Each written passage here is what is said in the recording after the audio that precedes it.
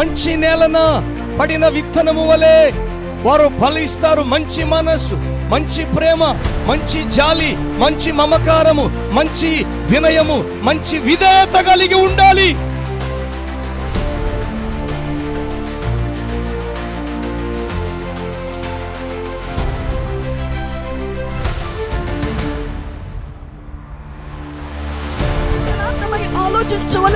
ఆలోచించడానికి అవకాశము లేకుండా ఆయన శిరస్సున ముండ్ల కిరీటము నేను పెట్టేశాను, పర్వాలేదనుకున్నాడు. కానీ ఆ ముండ్ల కిరీటము పెట్టబడగా ఆయన తలను నుండి కారిన రక్తము వలన ఈ రోజున మన తలంపులన్నీ కడిగి వేయబడే అట్టి బలమైన కార్యము ఆయన శిలువ కార్యాన్ని బట్టే కదా.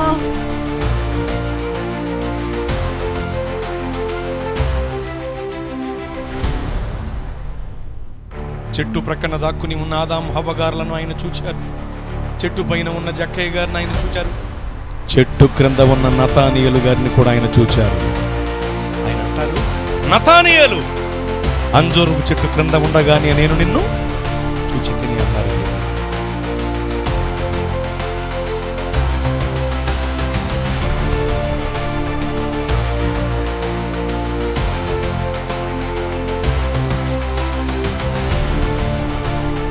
ఈరోజు నువ్వు పైనున్న వాటిని వెతికితే, ప్రభువా మీరు నాకు కనబడండి అయ్యా, నన్ను నాకు చూపించండి, నన్ను నాకు చూపించండి అంటే ఆయనను వెతుకు వారికి ప్రత్యక్షమయ్యేవాడు. ఆయనను ఎవరైతే వెతుకుతారో వారికి ప్రత్యక్షమవుతాడు యేసయ్య. స్తోత్రం చెప్పండి. హల్లెలూయా.